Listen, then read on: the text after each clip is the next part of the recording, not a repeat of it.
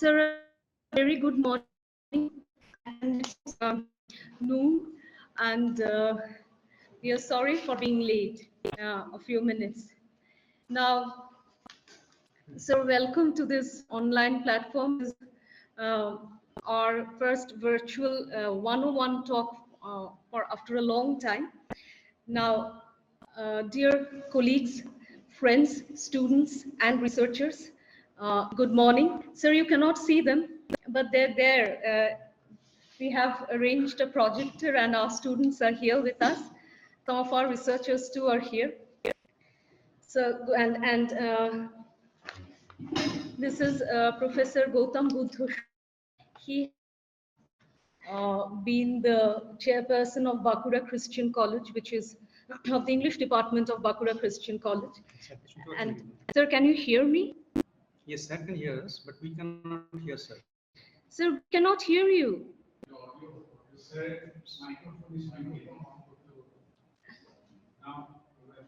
Yes, yes, okay. Yes, sir, and he is our senior most professor, and he has edited multiple books, and he is a very good teacher. What to say about him, Professor Gautam Buddhushural? He has been one of the guiding people of this department. Now, good morning, and we welcome you all today to the address to be delivered by Professor G J V Prasad on translational transactions. Professor Prasad is a poet, novelist, translator, author of a cookbook, which is now out of print. I want to read that. And yes, in previous Avatar, he was discussant of life and literature, a radical classroom teacher of English studies at JNU. Now, this has been conceived as inaugural to a series on trans effects, to which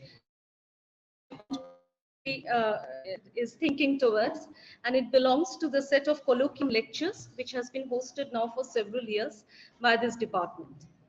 So Professor Debnaran Bandyopadhyay, who is VC of our university and Professor of English Studies, was supposed to have been here, but due to some extreme emergency or inconvenience, he cannot be here. He was looking forward to being here and to listening to you indeed. Now he is not here, but we remember him, and he's an explorer in Australian and Buddhist studies, and he's a scholar of Greek and Sanskrit. And however, I mean, we cannot request him to say anything as of now.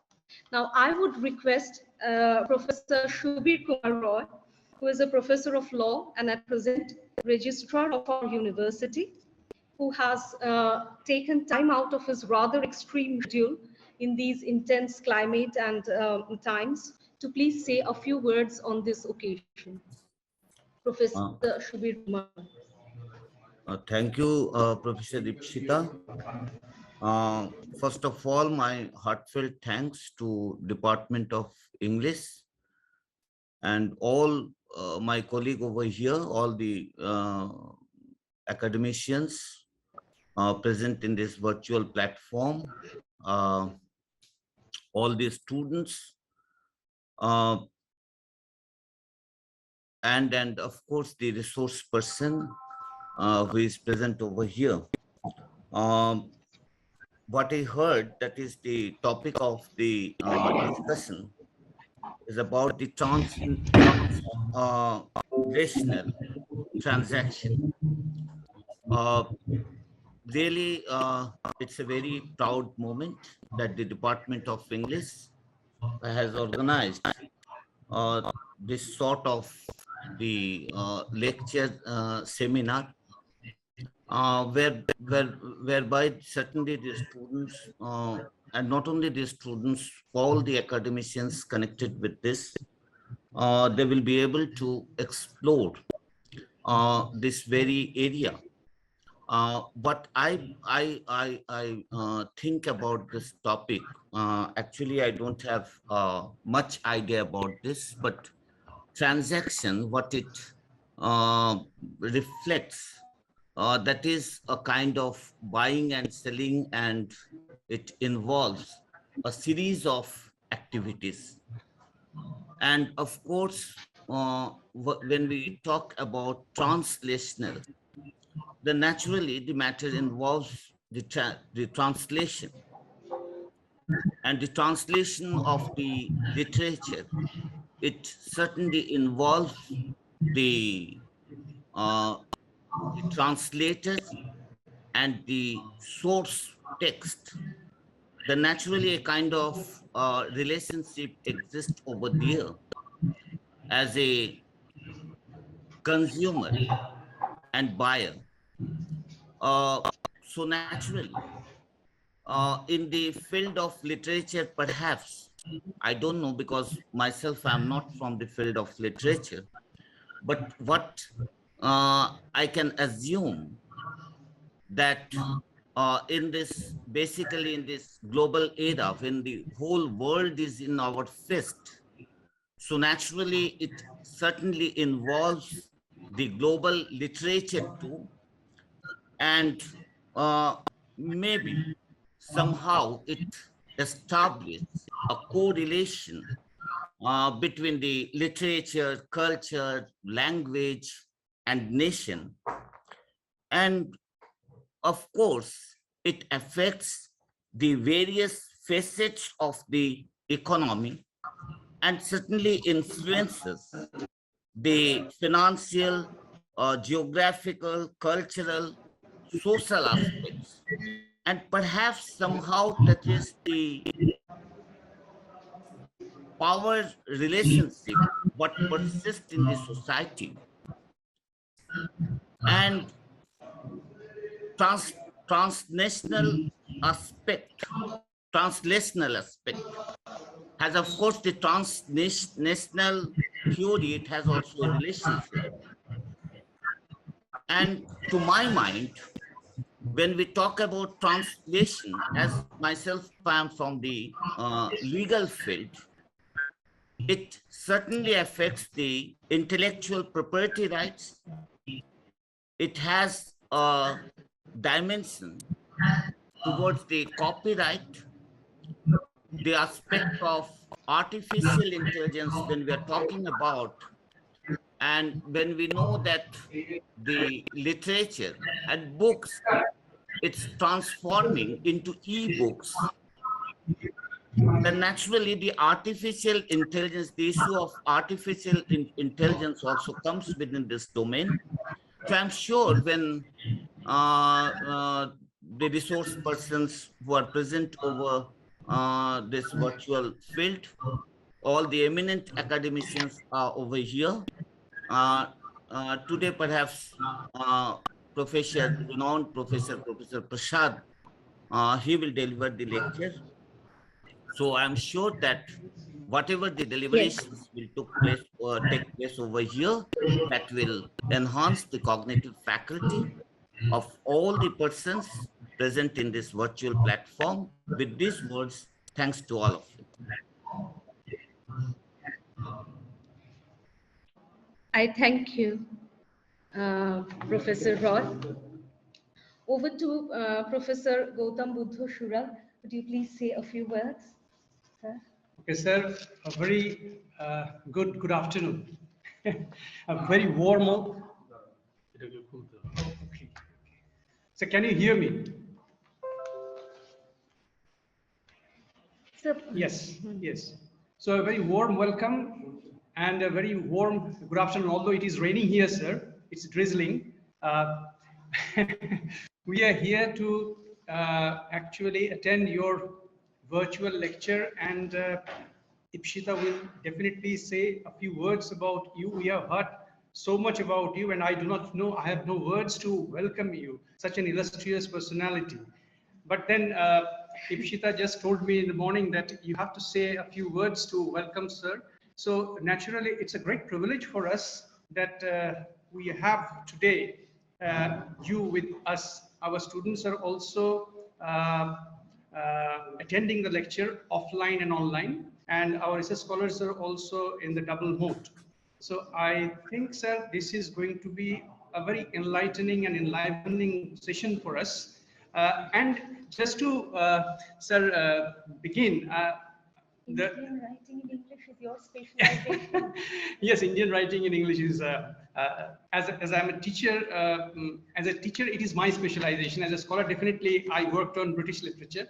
But then as I teach, I always prefer to teach Indian English literature. And sir, one a very naive question, you can say that, as you will be talking on translation, I think definitely your lecture will address all these issues. But for me, a very naive question is, when I try to translate, and when I read translation,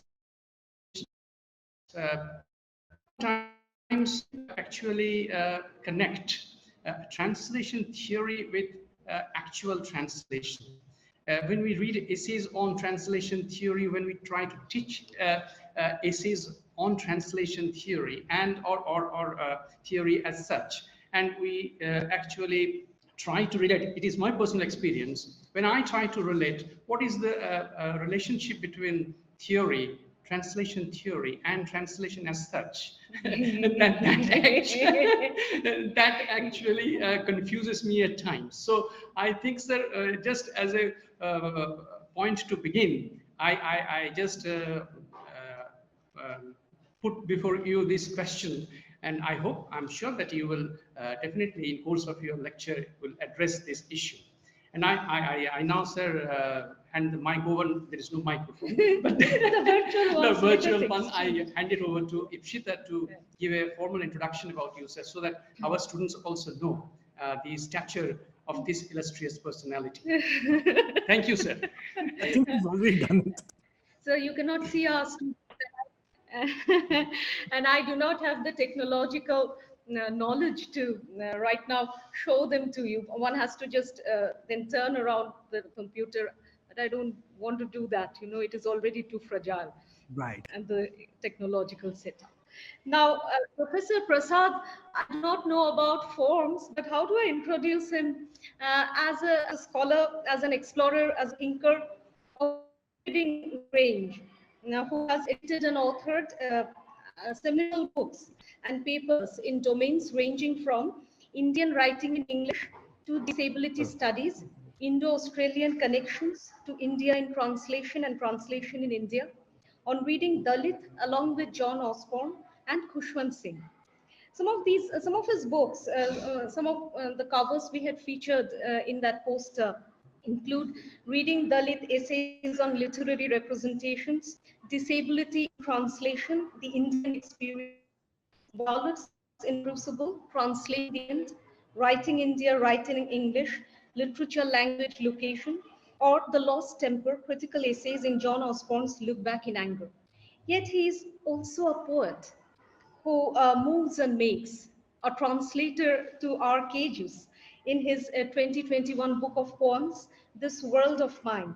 And translator, creator, author, you were talking about theory and praxis. He has translator, creator of A Red-Necked Green Bird, a haunting book which came out in 2021 too, based on Tamil author Ambai's heave of short stories in Tamiz that has now won the Sahitya Academy Award, the Tamil original. The book features lines like a love that ungendered each other, or a loudly cawing, screeching murder of crows, among other unsettlings. For years, Professor Prasad has taught us a course on translation. Translation termed The Art of Failure in the film The Lost Daughter by Maggie Gyllenhaal, or as embodying the ethics of attention and labor of unfinished engagement with foreign and purpose by Paul Ricord in Philosophy of Translation. As teacher in classrooms, this is the role that I find most haunting and transformative for us. You have transformed many of us, made us think that we could create, think and write, and retained a depth, dark enigma. You've been a person who can kindle the radioactive element in a student.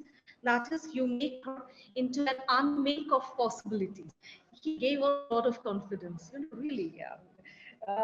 This is a gift that beautifully beholds a teacher and gathers within, ripens a student with time, You're the most radical, I told you before, that is root revising teacher I have known in JNU and my life till date. The most chance-radiant source, a gather and grow of self as constellation. On that note, dear sir, I welcome and invite you to please deliver your address on translational transactions. Thank you. Over to you, sir. Thank you. Thank you very, very much. Yeah.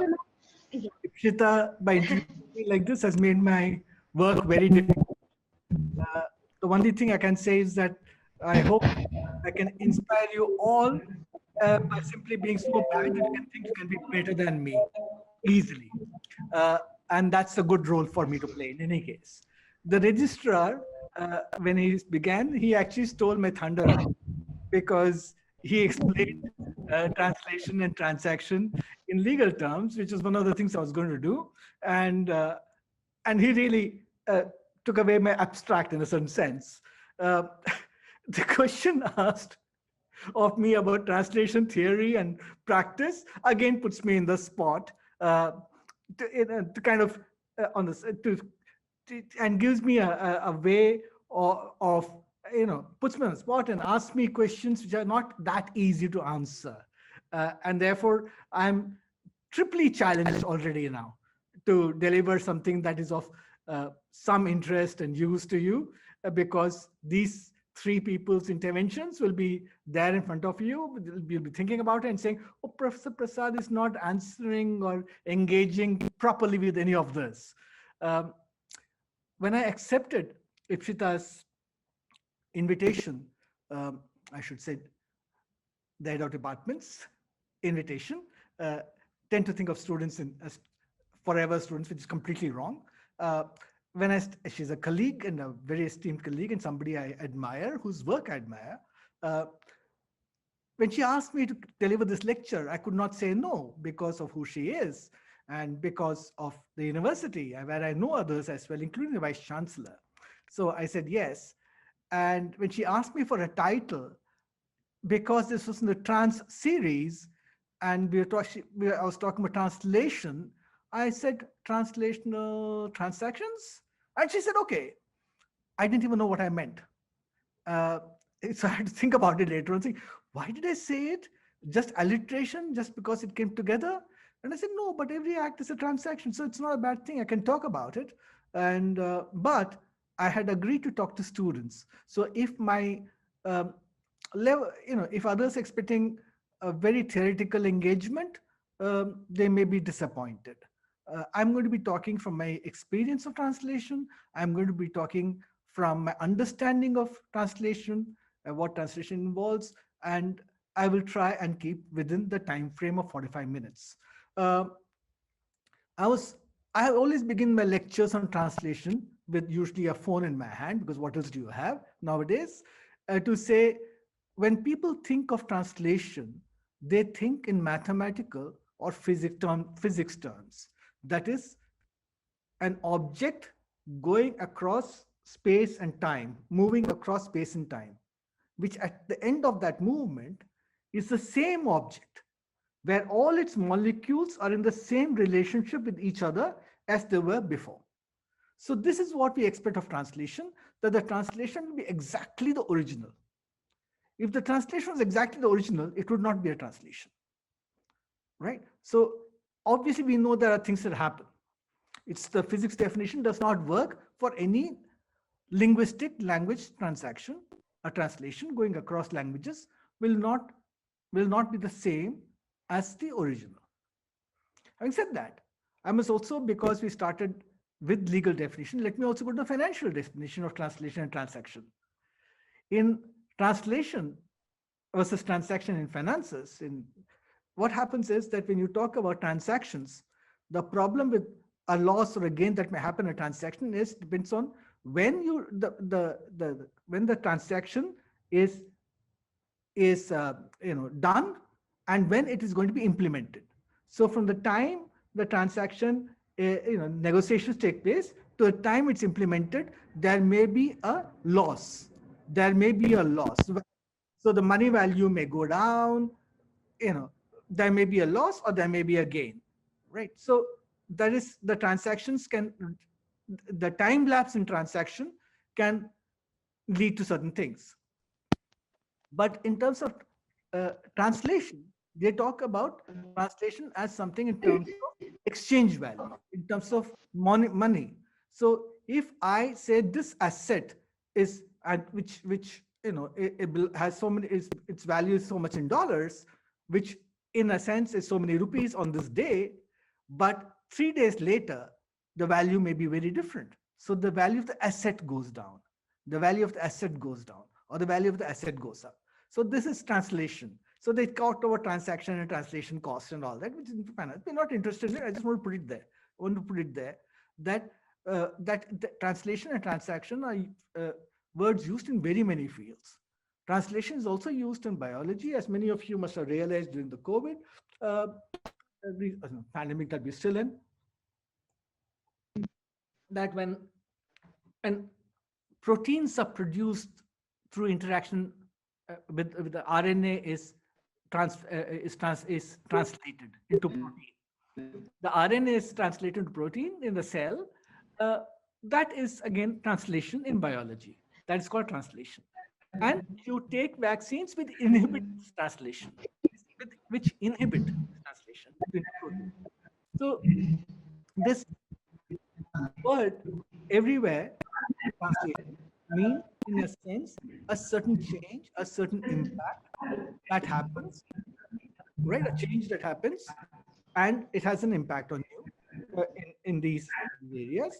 In terms of literature, obviously it has an impact in sort of a new product is in front of you, a new book is in front of you, a new poem is in front of you, a new short story, whatever is in front of you.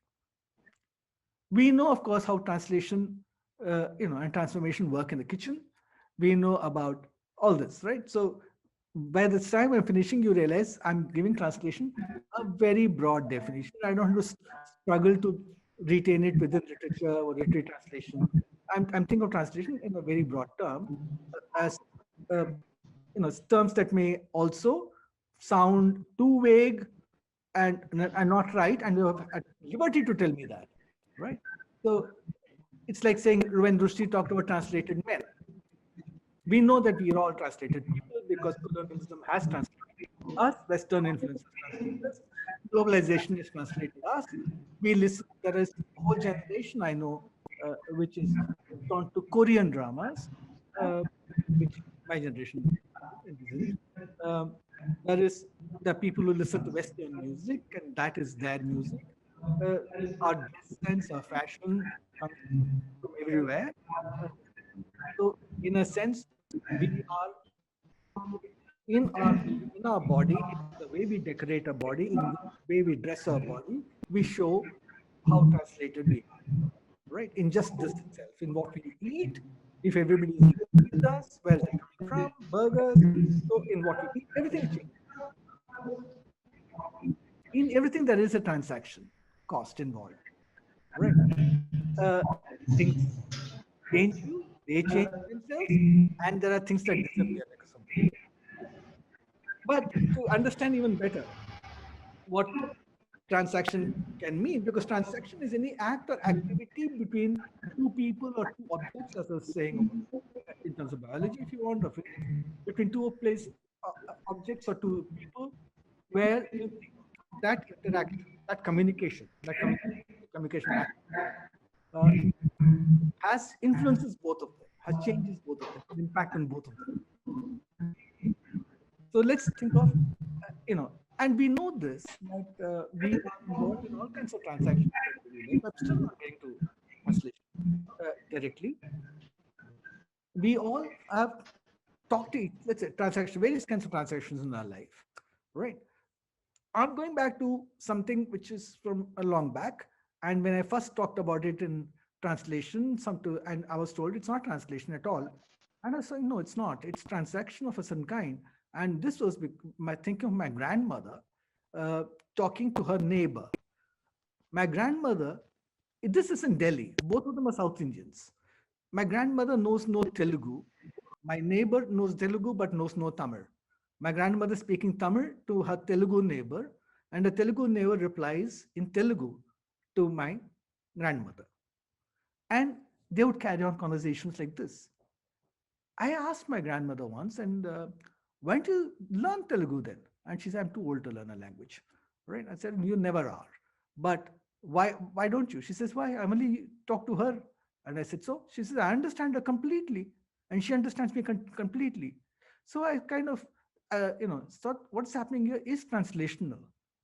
Though people won't call it translation because something's happening, a transaction is happening, which in its nature is translational because they're talking to each other about their daily life, about whether the maid has come or not, what the price of something is, and they are giving information to each other, which can change the way they look at somebody, which can change the way they look, what they buy, what they intend to buy, etc., and across languages each one speaking a different language altogether, but there is a transaction and a translation happening.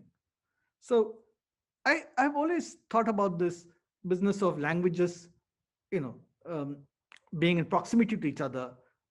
Here, of course, artificial, because in Delhi, it's not as if Telugus and Tamils live together. But there are places where people actually speaking different languages live together. And Delhi is a place where people speaking very many different languages live together. Telugu Tamil was very restricted thing, but if you think in terms of Punjabi, Hindi, Tamil, Bengali, you name it. And there are people in communities, in government colonies, in private colonies, people speaking different languages who live together, who interact with each other, and influence each other's languages.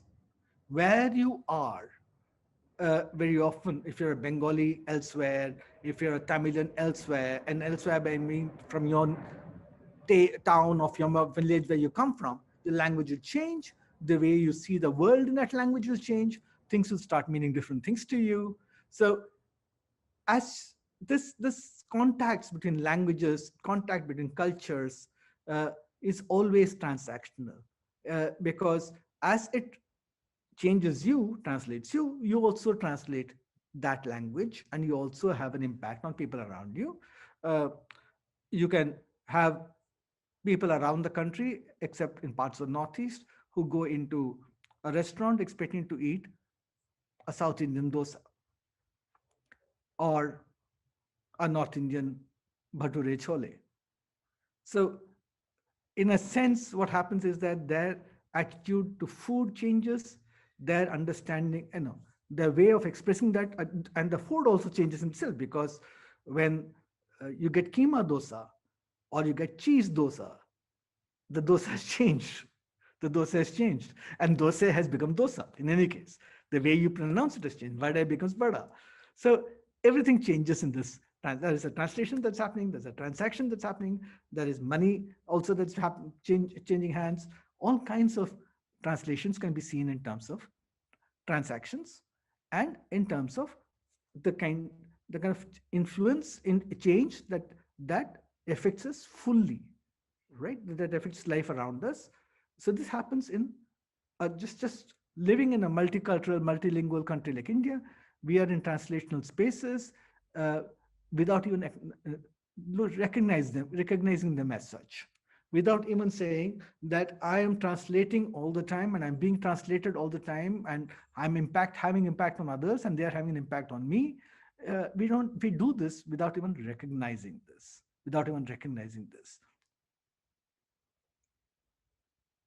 Some of the translations that have happened to our food, because this dosa business is simple, but some we don't even recognize. Even if we know it, we will not, we kind of, for example, I'm talking to people in Bengal, and in Bengali cuisine, and the kind of fight people have about biryani, for example, the potatoes in the biryani, the how much you do with aloo posto, you name it, you have potatoes in it, and potatoes are not native to our country. So how did it become such a large part of our cuisine? So much so it's seen as integral to it, right? So this is a huge translation that's happened in colonial times. Potatoes, tomatoes, chilies. Indian food without chilies, but chilies are not Indian.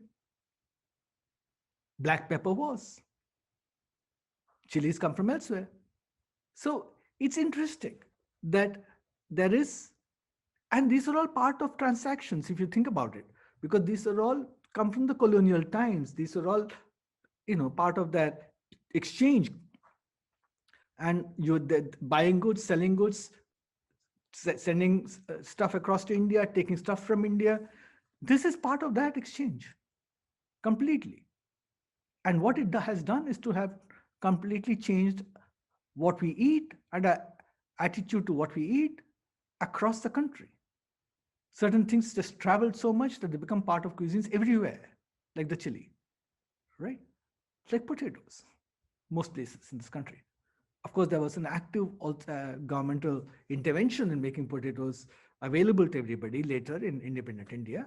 But to make it a cheap, easily available vegetable, the kind of research work done, etc., etc. But and encouragement to farmers to grow it. But again, transactions, but translational transactions, because they completely translated our food around the country. And if you don't see that, if there are any Tamilian in this, you'll realize, because in Tamil Nadu, when I was growing up, no, you won't realize, you're too young. When I was growing up in Tamil Nadu, potatoes were very expensive. So that when you had a feast or when you had a guest, you cooked potatoes because you gave them something expensive. By that time, potatoes were very cheap in the north. It was a part of everything in the north.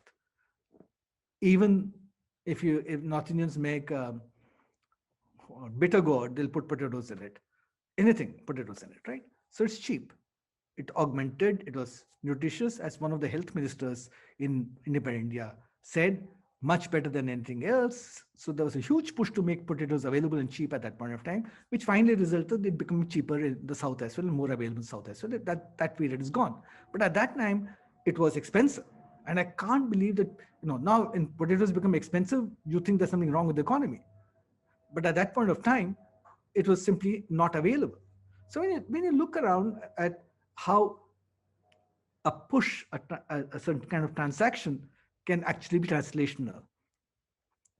This is, but the very act of translation involves a lot of transactions. In any case, even literary translation, as you may realize, already having listened to the registrar.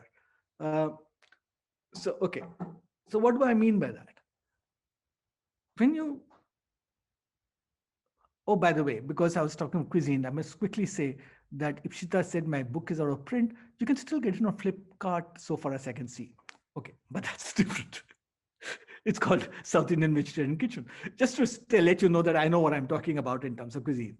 Having said that, when you translate a book or a short story, a poem by yourself, I'm not even talking about commissioning, because that the transaction becomes very clear. Because if a publisher approaches you, which is how it usually happens, if an author approaches you or a publisher approaches you for translating, the terms of transaction are worked out very clearly, or need to be worked out very clearly.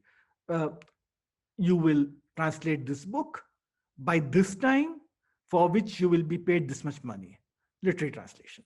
For non-literary translation, again, you will translate this text, this agreement, this tender document, or whatever, you will translate it by this time, from this language into this language, by this time, for this much money, and for whatever purpose it is, right? So because if you're translating advertisements, then they have to, and to be advertised, use advertisements elsewhere, then you have to create an advertisement that works as an advertisement. So the reason why it's being done is to be told to you, and how much money you'll be paid, and when it is due. So translation as an activity is, you can see broadly, when you look at it commercial terms, it's always a transaction.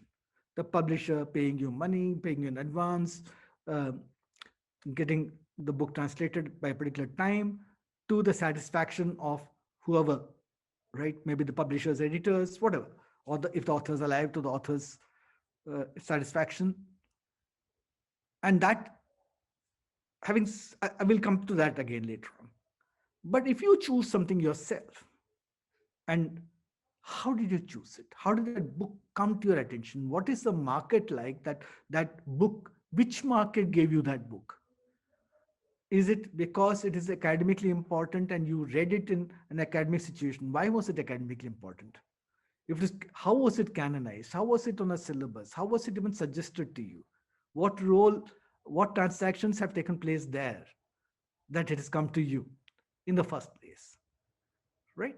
And then when you start reading it, you're actually your the way it's been presented to you has an influence on the way you read the book, and the way you read the book has an influence then on the way you translate the book or translate the story or a poem or whatever you're translating at that point, and why you want to translate it, just because you like it, or is that saying something that you want somebody else who speaks or reads only in the other language to know? What is it that you want to do in that language? What do you want this thought process to do to that language and readers of that language? What is the transaction that you want that your translated book to be having with the reader of the book? And what is the transaction that you're actually having with the book itself that you're translating? Right. So it's always a series of transactions that you have to unpack, unravel to understand clearly why you're doing what you're doing, why you're doing what you're doing, which is translation. It's not simply I'll pick a book and translate. What is the thing? I just go pick up any book. This was lying on the sidewalk. I just picked it up and I'm translating it. It doesn't happen like that. First, you read it in any case before you translate it. Though, of course, again, interesting translators I've seen. Some are very domestic in the sense of not.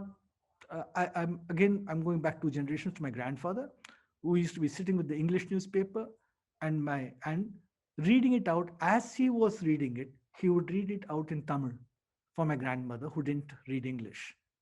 And he would read it. He was actually translating it. It's called oral translation, if you want, which is called interpretation. And he was reading it aloud as he was reading it. That's a wonderful gift. He would read it in a different language altogether, right? But again, in the nature of what was happening here, to give information to his wife, to make her see the world the way he was seeing it, because it will also come with a commentary. He would be giving a commentary on the news reports that he was reading.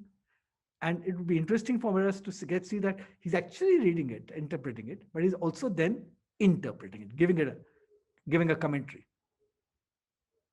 All transactional. His interaction with the newspaper, with his wife. So it's not simply in business terms I'm looking at it, though as I said, we can look at it in business and commercial terms. It is also in ways of how we influence each other with translation. If you think, all right, that I'm not seriously talking about literary translation, and that is what you expected from me, okay, I'll give a bit about my experience of translation, because that was the question raised. So I shall address that question as I talk about my experience of translating Ambai's A Red-Necked Green Bird, which is the English title for it, which is quite a clear translation of the Tamil title. I'm not deviated from it at all.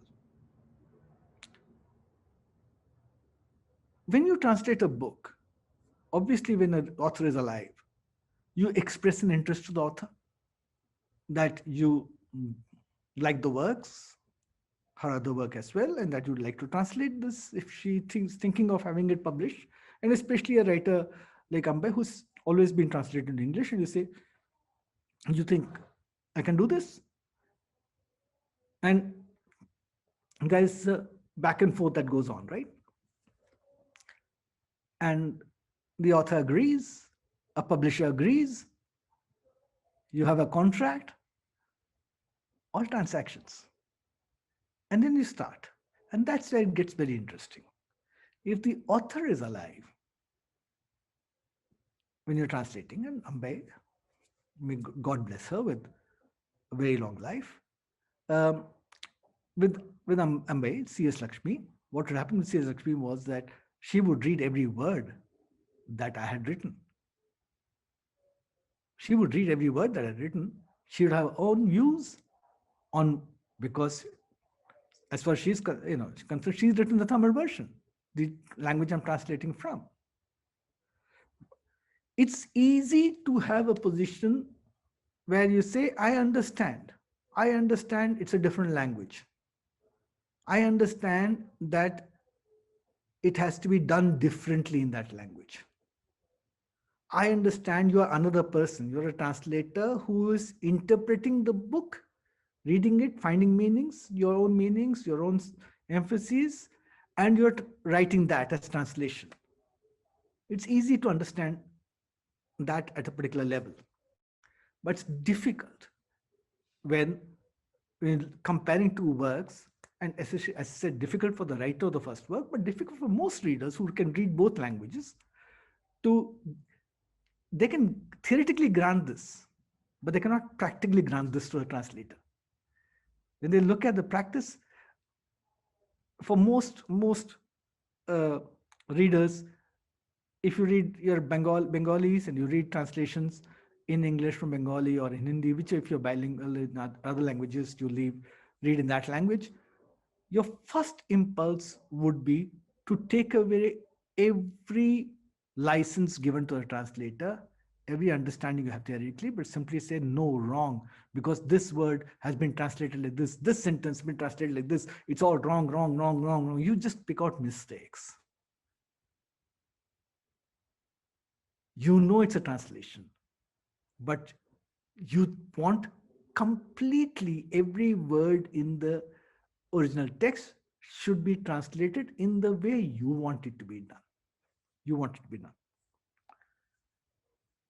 The transaction between the translator and the text is of one kind, the translator and the author is of another kind, and the text and the reader is a third level. And in each one of this, the translator will think she's doing a job which is, in a sense, a pleasure, but also a faithful reproduction of her or his reading of the text. Reading of the text. That's a crucial thing, right? How I read the story. What do I see? And for the author, author will be looking at the translation in terms of whether it is a reenactment, a re-performance, a writing in another language of her story, the way she wrote the story, what she thinks of the story. Will it be that? So the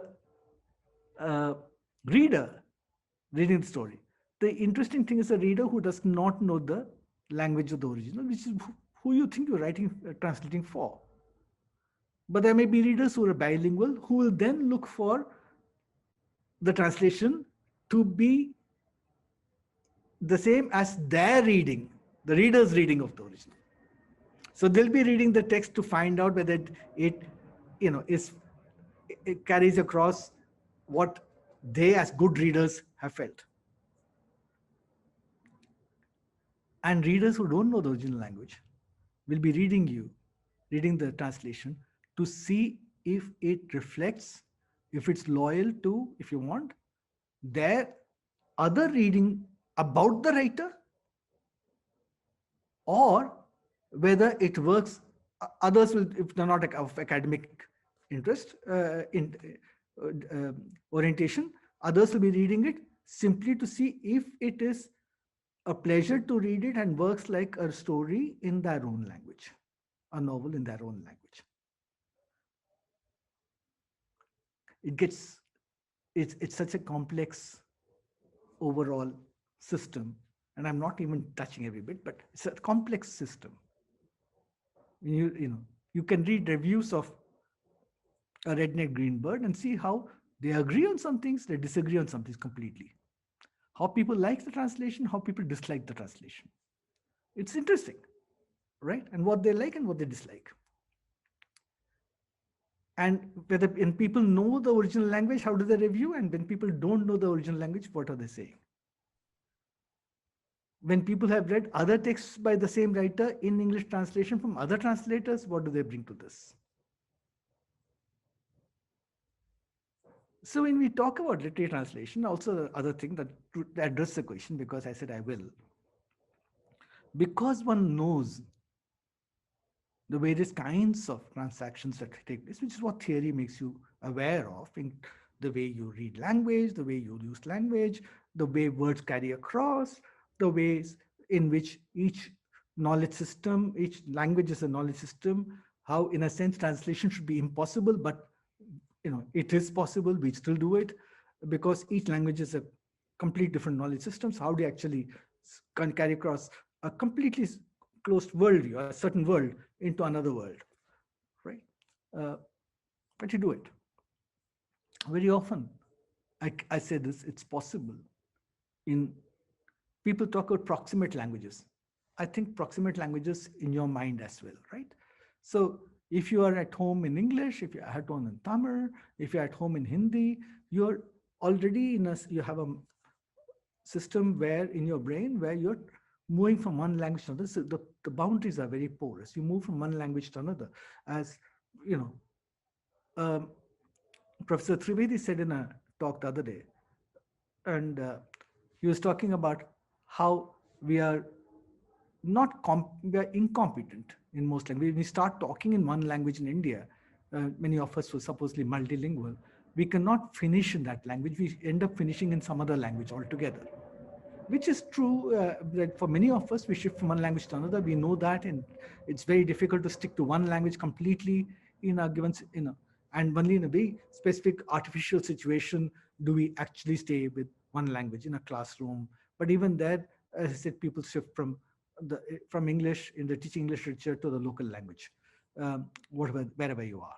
So I don't, so far as I see, there is the thing about languages coming together in my mind. Why it helps me is when I'm looking at writing from where there is a language interaction also taking place, because there can be no pure language anywhere. There is no pure space anywhere where there is no interaction with any other language. So if I see that, if I recognize that there are various languages which are impinging on the language that I'm reading anyways, and the writer is himself is a reader, himself is reading, is being influenced by other languages, other cultures. It's easier for me as a translator, once I see that no text is born um, without any influence, right? There is no such birth that takes place. That there are interventions, there is a lot of influence from other cultures, other literary texts, other media, that all that goes into the birth of text now, of a text, of anything that people write or perform. It's coming from different kinds of influences and histories, different traditions, and I know are there, and it's a question of performing it with that complexity in mind. And that you're able to do because your brain is already doing it every day. If you're in a completely monolingual situation where everybody else speaks the same language, where you're so culturally closed off that you hear no other music, you see no other dance, you see nothing else. I can't imagine such a situation, really speaking. But if there was such a situation, that translator, having studied some of the languages, a foreign language, will find it difficult to get it across. Right? Get across a complex text from outside, which is multilingual, which has had all kinds of impact on it. Difficult to get that across. You have to, as a translator, you have to know that life is full of such interactions around you and be ready to read this. Where does theory come in here? Theory allows you to think about translation. Theory allows you to think about translation. Theory allows you to think about the frames that are available for translation, or ways of reading translation, ways of transacting business, if you want, with your readers. Who are your readers? Think what kind of, why am I translating? Am I just translating myself? What am I doing with that? What do I mean by that? People like me, what do I mean by that? What kind of, how broad is my readership? How much do you think they know? All kinds of things go on in your head. And then you, because you're theoretically involved with the act of translation, you're able to take positions and think about it. Does it help you to translate? No. Theory will not help you to translate, but theory will help you to understand your processes of translation, why you're translating, how you're translating, how are you making your choices,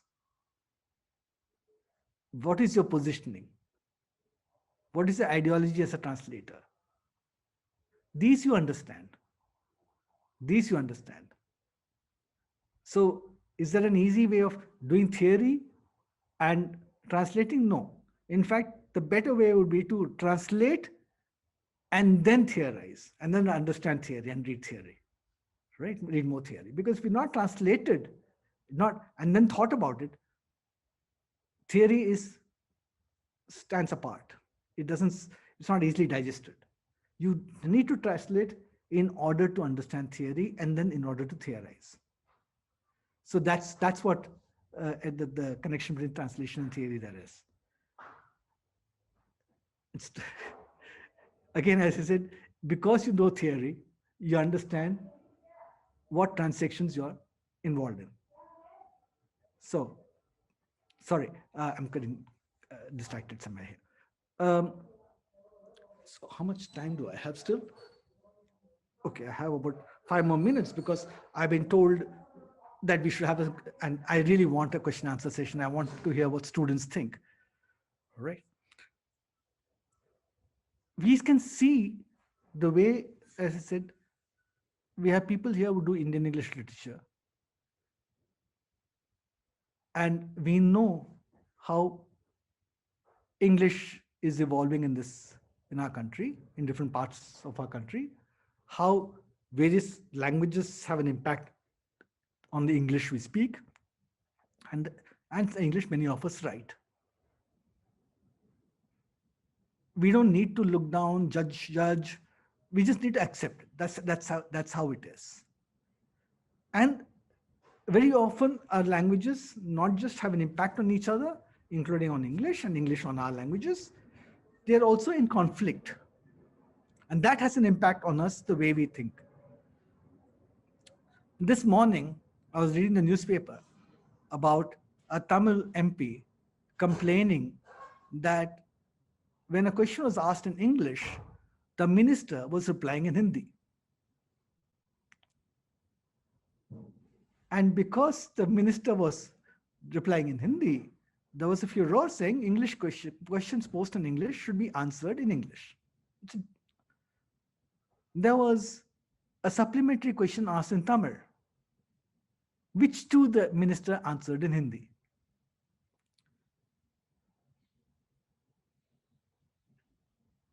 The interesting thing about supplementary questions being asked in Tamil is that if anybody wants to pose a question in the parliament, a question which is not in English or Hindi, you need to give prior notice to the parliament secretariat, and they would try and find a translator and then an interpreter, and then the question can be asked and it'll be interpreted. For Hindi and English, it's not a problem. They have interpreters. So the minister's thing was, I answer in Hindi, you're listening to the interpretation in English, what's your problem? I will answer in Hindi.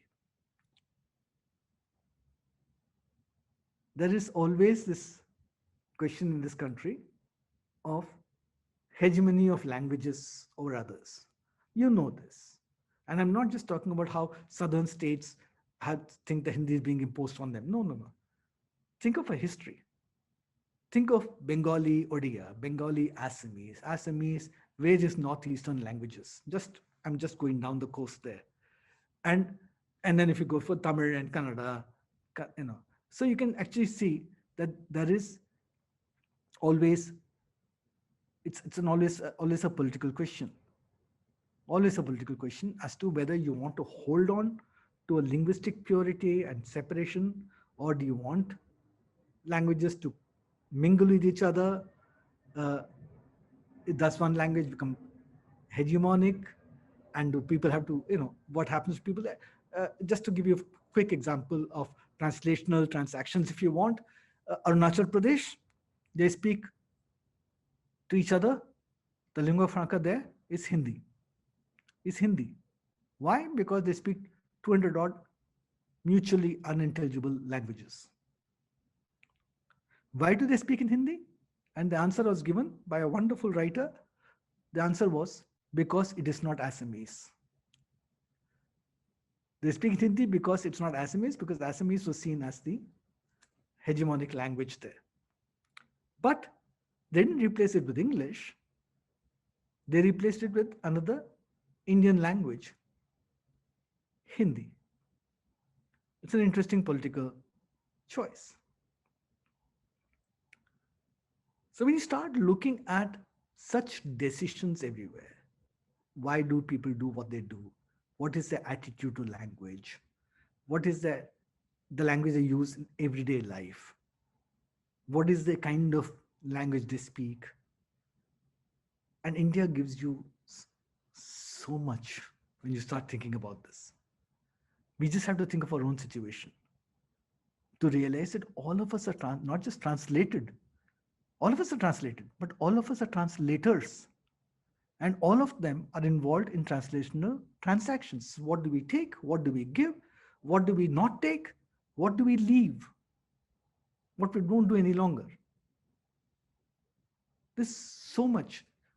And you'll realize, you'll think about it, from dress codes to food to so many things that we change, give up, adopt, and we have an impact.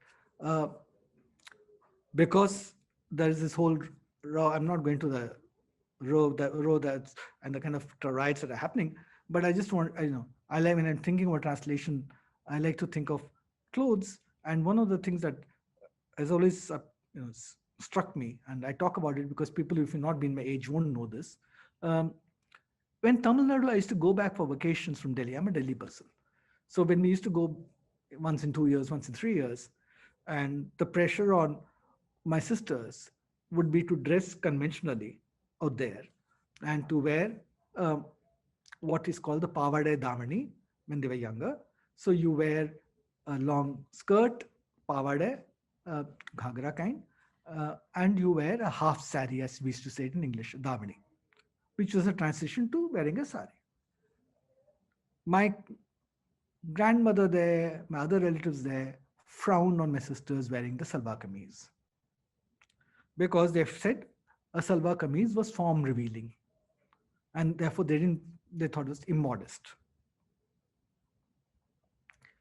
Over the years, what the change that took place that one can see visibly in Tamil Nadu is that more and more women of every age, they are wearing now salwar kameezes. Why? Because the same women feel that the salwar kameez is a modest dress. Why? Because unlike the sari, unlike the half sari, the salwar kameez covers the skin completely. So when women going out and buses and things, so your skin is not showing at all when you're wearing a salwar kameez. Immodest earlier because it showed the figure. Modest later on because it showed no skin. It's an interesting adoption of a dress. Interesting to see the translation that's happening here. It's based on idea of women's going out more and more, running to catch a bus, strange men touching them. That happens everywhere in this country, except perhaps the Northeast. The harassment. So that reply, and one of the things I always felt was that in such a situation, the more you cover, the happier the women would be, because they're caught in this world where men just don't understand any limits, any boundaries. So it's, when you think of every time you talk, change your, want to change the kind of dress you wear, the kind of talk that you have to have in the family, the kind of fights that you have to have. I know, for example, when people try to had, those days used to have what we call a kudmi, a choti, which people have again now. They call it man buns or whatever. At that time, to cut your hair was seen as completely wrong, sacrilege. And what went through, what people went through to, what kind of transactions that took place. Question of, are you being modern? Are you not being modern? Are you being traditional? Are you being, all these are open to transaction. As a friend here who was a Pandit used to say, Jaisa desh, vaisa besh. So you disguise yourself, you appear as, doing as, it's the equivalent of when in Rome, do as the Romans do. We are always in translational situations, because either because of time, or because of others' impact on you, or because of place, because you moved somewhere else. There's nothing that's static about it. And they're all based on various kinds of transactions. I'm sorry, because I know I will not be told time is up. It is 12:54. So I think I should stop. I hope what I've said is to at least touch the tip of the iceberg. I know there's so much more I could do with this topic. I know you have so much must have already thought of so much you could do with this topic. I know, that since I talk about theater, since I talk about language, since I talk about normally about, as I said, theater, language, and in English, I've done the Indian English bit. I referred to it. Referred to, but in terms of theater, I've basically picked up idea of costume, the idea of decor, surroundings we live in, the kind of houses you can go, because our houses are translated spaces in any case. So we can carry on. I hope I've just, done enough to make you all think. And I hope I've said enough for at least one or two of you to ask or to further the discussion. I think I should stop here. Thank you very, very much.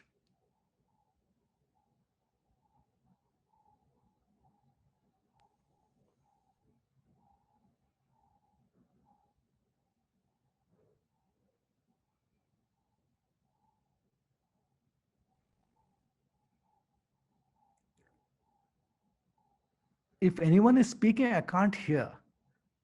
And if you could hear me, I have stopped.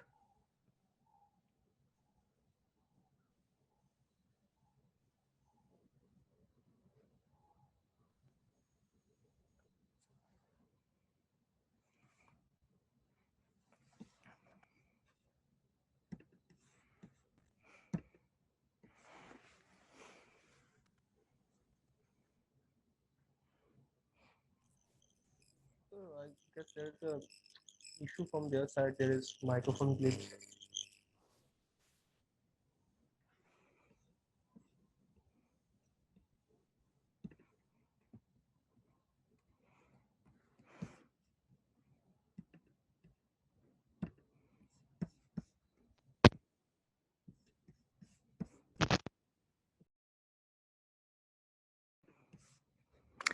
I think there are many questions in the chat box. If someone can read them out. Yes. Wonderful, yeah. Yes, Munjima.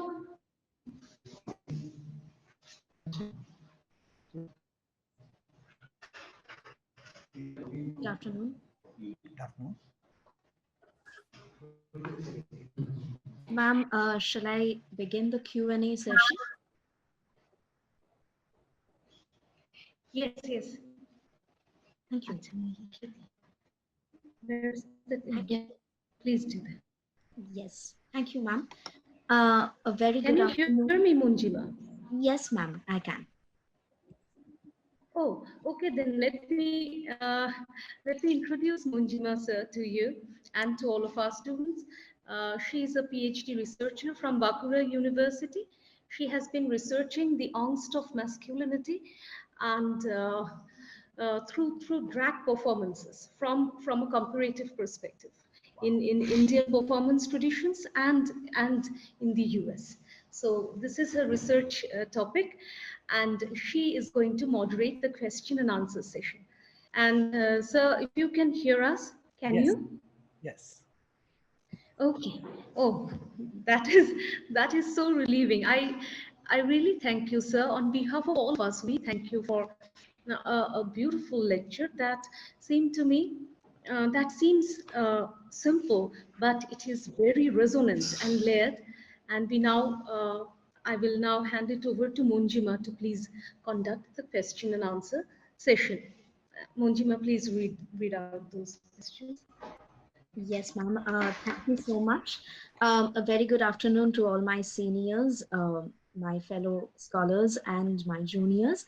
Thank you, sir, for such a wonderful session.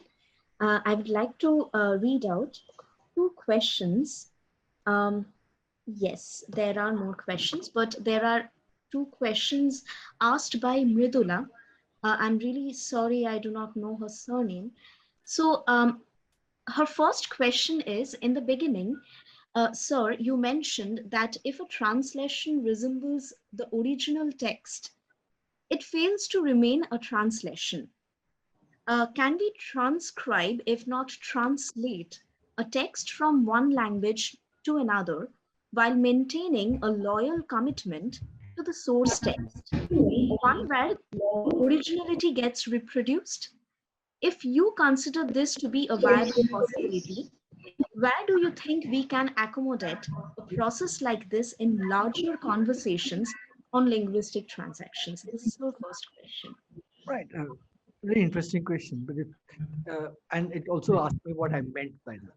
Right. So obviously, if a translation is the same as original, then it's the same language, it's the same text.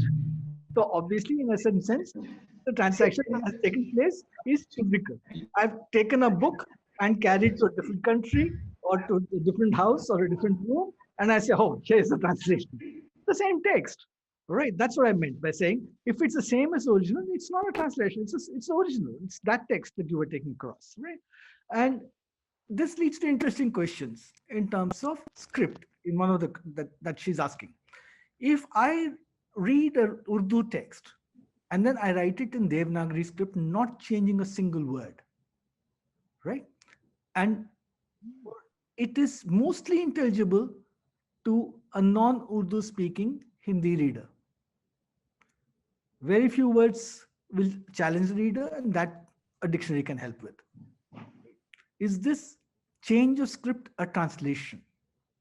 This is change of script a translation, right? And the other way around. Is this change of script a translation? When you transliterate, when you're speaking in Bengali to me, and it's being written down in Roman for me to be able to read it aloud.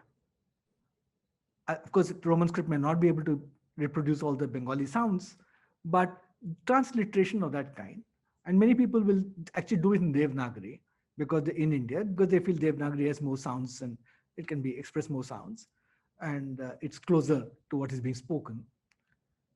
But when I'm reading it aloud, is there an understanding? Do I know what it means? Do I know what these sounds mean?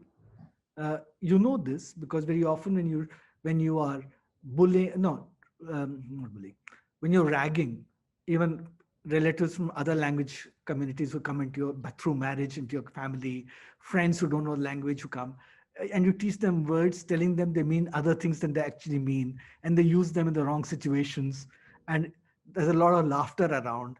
You know that they get the sound right. They got the sound right because you even wrote it for them so that they can get the sound right, but they didn't know what it means, right, at all, because you gave them the wrong meaning and they have no idea what it means. So in a sense, therefore it is transliteration.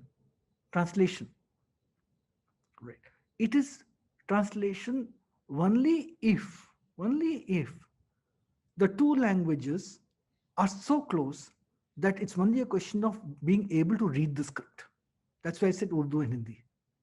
It's only a question of being able to read the script. I'm sure there are other languages like this, which are so close to each other that if just one could know the script, read that language in the script that one knows, one will be able to read, right? But again, what translation takes place there? That transliteration works as translation because the two languages are so close to each other that if people spoke in those languages to each other, they don't understand each other, that they would understand each other. It's only the written script that is the block.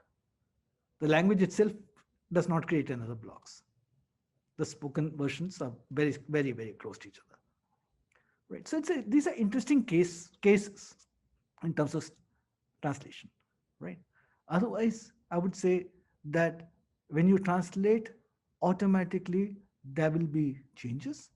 And of course, even now, even supposing a Tamilian like me, I know, who knows Hindi, the Devanagari script, reads an Urdu text in the Devanagari script, is come fresh from Tamil Nadu, and from a completely non-Muslim background as well. This is not just, and I must say, this doesn't have to do with religion at all. It has to do with actually with locations, right? So forget the non-Muslim. I come from Tamil Nadu. I'm a Muslim too. What? It doesn't matter. I know I can read Hindi, the Devanagari script. I'm reading this Urdu text. There's so many things I will not understand. So many things that will not make any sense to me. I mean, people have told me again and again in translation classes that sometimes a particular word in the Urdu text belongs so specifically to a certain area that others who know Urdu don't understand that word or the way it's been used, right? So question of interpretation, right, is paramount there.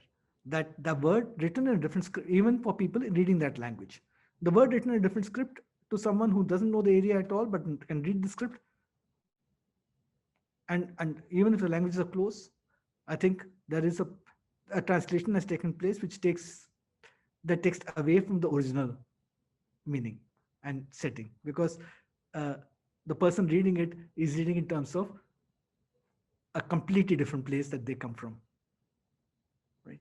So it's difficult. Even the special cases also have slippages, but otherwise simply change the script is I would just say very unique case of translation, right? And very limited in terms of what we think of in terms as translation. Is it a transaction? Yes. Thank you, sir. This person has asked another question. I would like to rephrase it a little bit because it is a bit long. Nonetheless, translators engage with a text written in a language with which they are not familiar. Using secondary sources, they attempt to build a dialogue with the source text and translate it into a language in which they are fluent.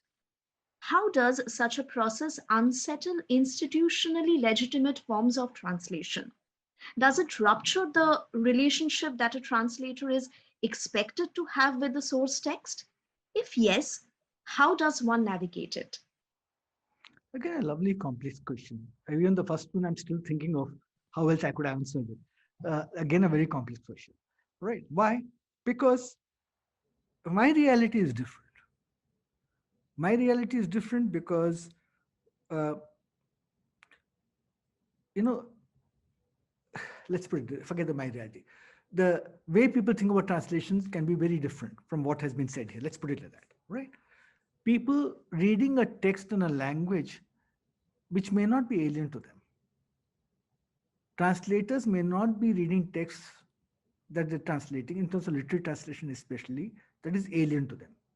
In terms of technical, non-scientific text, then there is no, this problem does not arise at all, right? Of not being culturally moved in the other language texts, etc. In science and in tender documents and commercial documents, this is not the problem at all. In terms of literary translation, yes, you need to know the culture very, very well. Can you get it through secondary text? I'm not sure. I'm not sure you can, right? So if I'm reading Tamil, unless I know Tamil well enough, right, I will not be able to simply look for augmentation from other sources in order to be able to translate from Tamil. There's so many things that are just not going to come through at all, right, in the first place. So I don't think it's easy to translate from something simply depending on secondary sources in the first place, right? Otherwise, you can simply talk about uh, inspired by my reading of a language I'm not completely conversant with. It can't be a translation. I read a language, I read criticism on the text, and I read something without, I don't know the language too well, but I receive it with some critical apparatus. I like the idea, then I write it in the language I'm comfortable in. Is it a translation of the text? No.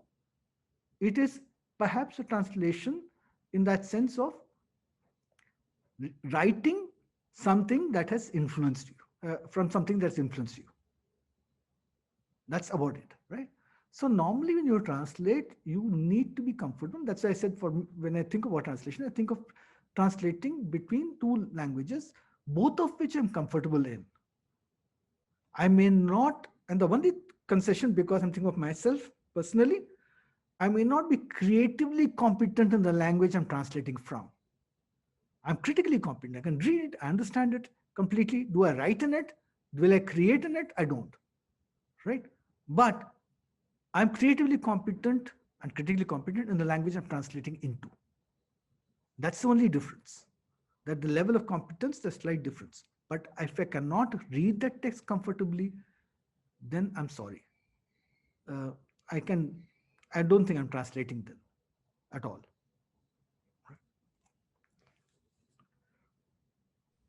All right, sir.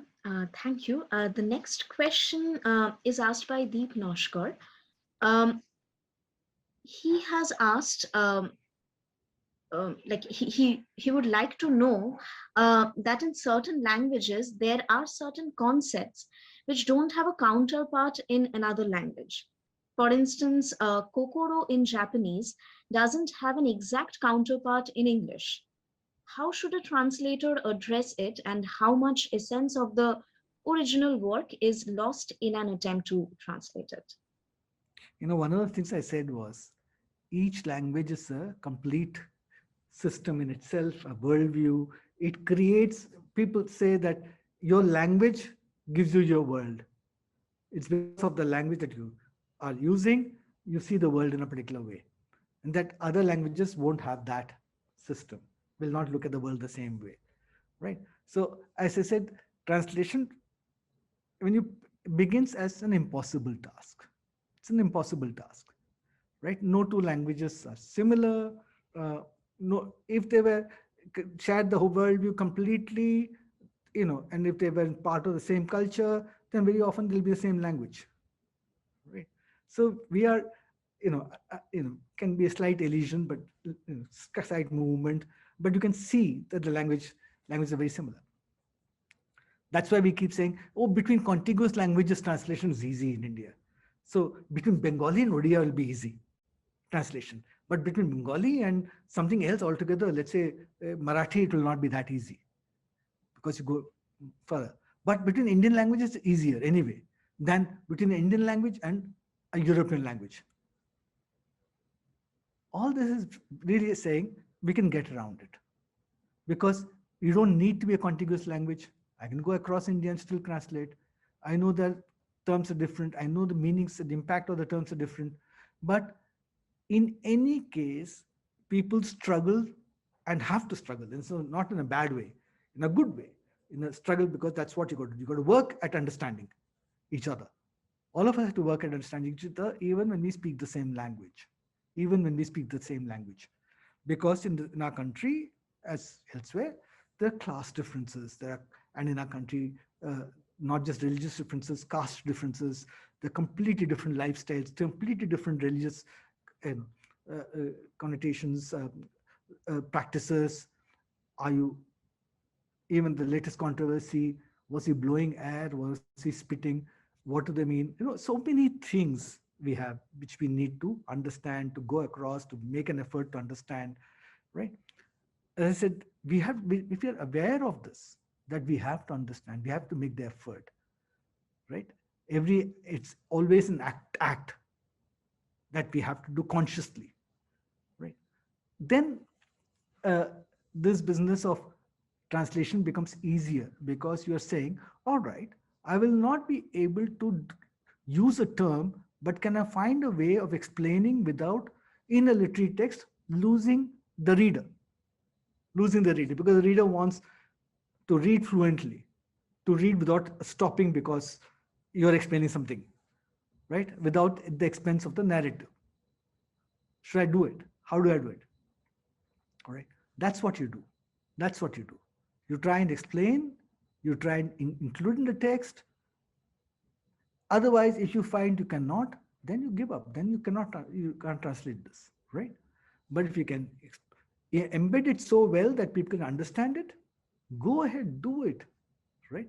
And sometimes we sometimes do this, that people should get nuances and should know it's very nuanced. We sometimes use the original term itself in the translated text. So there'll be a Japanese term because you know then that you're reading something which is so different that the translator simply has put that in. And then the situations as they come on and you use other terms and get back to that term, people slowly start understanding that what it could mean, what the impact of that. But again, these are all translation strategies. It's up to the translator to decide how to go about it. And the last thing is, people talk about this, have said often enough this, there's a term called compensation. So when there's something you cannot do, you try to do it somewhere else in a particular, you try and augment it somewhere else, right? These are, but any strategy that you use, it will work, should work. And you can get it tested by asking people to read it and see if it works.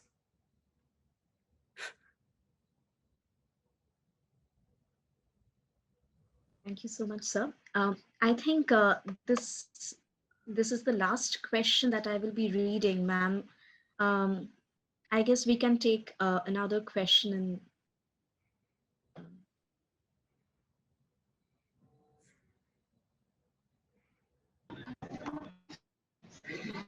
Of course, it is absolutely up to you, Munjima. This question is yours.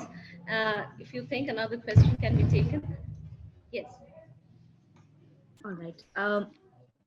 So this is a question asked by Onamika Mohanta. Um, she wants you, sir, to elaborate on the cultural nuances of a particular language and how the translator can imbibe the same in the target language so that the reader experience the flavor of it. These are, again, decisions that a translator has to take for herself, right? There is no set rule. There is no set rule that this is what you do. This is one of the things that you discover when you're translating. You say, all right, there are certain things I can do in the language I'm translating into, which does get across the fact that that this is a translated text. It's from a different culture. It is not, should not be read simply as a text coming from an English speaking world. So what do I do to make sure it's not just not an English speaking world? It is an Odia speaking world. It is a Tamil speaking world. It's a Malayalam speaking world. How do I do this? And without losing the reader, without irritating the reader, what do I do? Right? And you can want to make the reader aware all the time also. That's also a different decision. I don't care if the reader is irritated. It's a different world. And the reader has to make the effort, and I'm going to make sure the reader makes the effort. Fair enough. So you can actually have terms from a different language. You can have music if it's being used. See, basically, it's a referential world of the first text. So the referential world of the first text, how much of it can you transfer to your second text, the language you're writing in, right? If you addressing a reader who has the same or similar referential world in your head, it becomes easier. It becomes easier. People speaking two different languages in this country, reading two different languages within India, including in English, I'm saying. So if you say people who speak Tamil share a certain referential world with people across the country who may be reading my English, right? How much do they share? How much can I presume? How much can I use, right? So, but this is a business of every creative writer as well. It's not just a translator's business. If you're writing in India, in English, for example, I'm taking English because I'm thinking that's the language I translate into. So if somebody is writing in English in this country, how can they assume how much others in this country, I'm not talking about the world, how much others in this country who are reading English can understand about a specific location and that world of references there, right? Is there a hard and fast rule? No. It's a trial and miss method. You do some things, if it works, it works. It doesn't, it doesn't. This is for creative writers as well. So for them, the first readers are the editors who read it. And editors may say, this doesn't work, can you change it?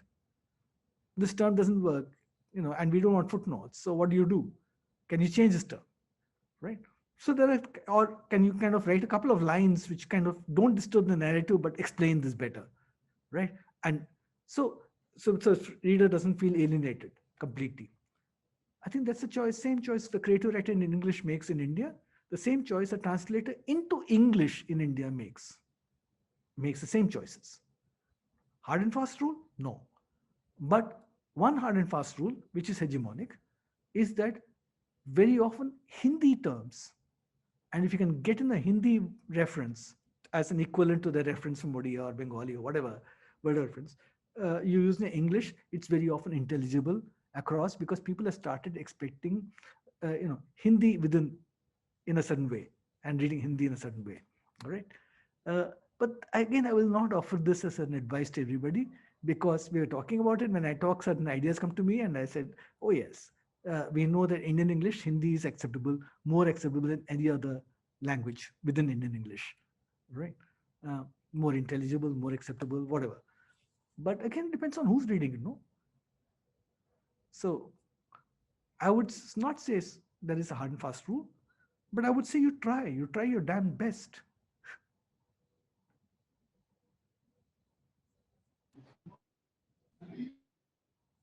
Thank you so much, sir. I think that was the last question for this session, and I would request ma'am to um, take over and conclude. Thank you. Thank you so much.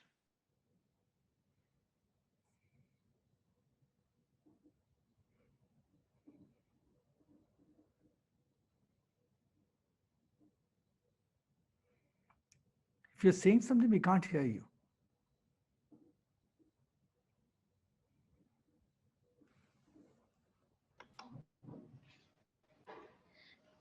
Oh, thank you. Thank you, Munjima. Thank all of us, in fact, we researchers who have asked questions here, and Munjima for so gracefully conducting the session. And sir, I now realize that even in my new role, as what should one say, the administrative keeper of the department, I find I'm in a constant translational space. It means a space of discomfort, I think, as I have learned from you, a space of constantly engaging with multiple views, an act of imagination, an act of generosity, an act of attention, and a world of possibilities and unlearnings. Your lecture and the questions that came, and I would not be there all the time, and I was busy there, but my attention had to drift at some moments. But I thought all that you said, most of it would lead down alleys of many more explorations, understandings. Every origin lies in a land of translations, I thought when I heard you. I would now invite Professor Gautam Buddha Shural, our colleague and senior professor in this department. Without the help of this department, of course, this event cannot be. It is tautological. But I would invite him to please give the vote of thanks. So we cannot thank you enough for you are a translator and generous as a translator should be. Thank you, Ipsita. And as you have requested me to offer the vote of thanks, Yes, my first thanks from the core of my heart goes to Professor for such an engaging talk.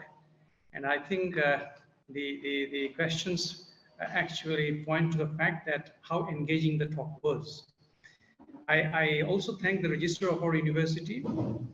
Along with the registrar, I thank the university community, especially our colleagues within and outside the department, some of whom had gone out of their way to suggest, aid, improvise, and improve. A special thanks to the people in the canteen, because for Sir, these words are particularly meant for Professor Prasad, that as they were listening to your talk, they were being entertained by the chicken pot, which is again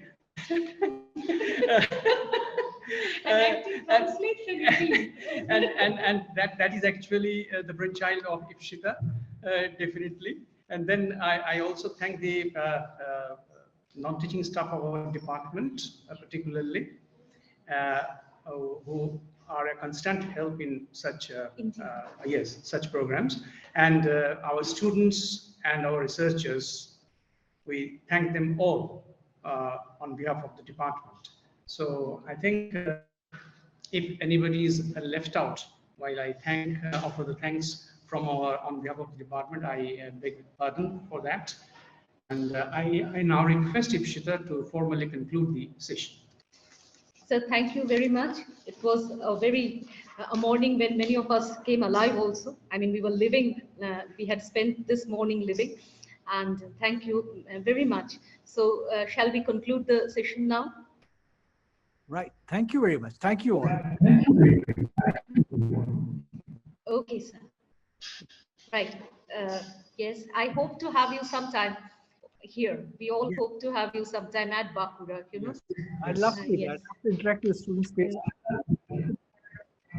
Yes, and this is a land of translations that might you know, also have something of interest for you too, sir. And we would of course love to have you here. Okay. Thank you. Thank you all.